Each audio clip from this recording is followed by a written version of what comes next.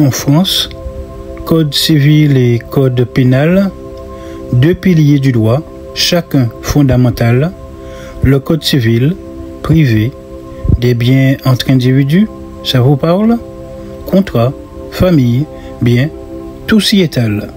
Exemple de location, un cas concret, propriétaire et locataire, mauvais marché. Au tribunal civil, ils résolvent le conflit. Réparation, résiliation, expulsion, ainsi agit. Autre exemple, divorce, chemin épineux, le code civil intervient, sépare les amoureux, la garde des enfants, le partage des biens, le tribunal civil guide vers un futur serein. Le code pénal, lui, traque les crimes, vol, homicide, les actes qui abîment. En cas de vol, l'auteur sera poursuivi. Peine d'emprisonnement, amende, tout y est défini. Homicide involontaire ou tragique action, le code pénal détermine la sanction. Selon la gravité, sera condamné. Emprisonnement ou amende, tout est pesé. Poursuites pénales et civiles, parfois entremêlées, simultanées ou successives, des situations variées.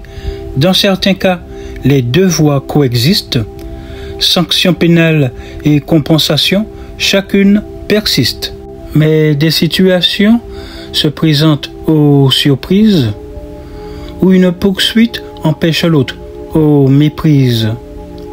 Un prêt non remboursé, le civil est de mise. Mais si tromperie est prouvée, le pénal se précise. Un voleur est jugé, le pénal est en route. Les victimes pourraient-elles obtenir pour toutes des compensations financières, une indemnité? Le civil pourrait plaider, c'est une possibilité. Cependant, il faudrait être prêt à défendre sa cause. Le juge ne fera pas de choix parmi les roses. Des arguments solides, preuves à la main. Pour obtenir justice, il faut malheureusement être malin. N'oubliez pas, juge ou procureur n'a pas de bonté d'âme en faveur. C'est à vous de trouver l'expertise nécessaire, argumenter, convaincre pour être vu exemplaire. En somme, le droit civil et pénal sont différents. Leur rôle bien distinct pour un système le plus cohérent.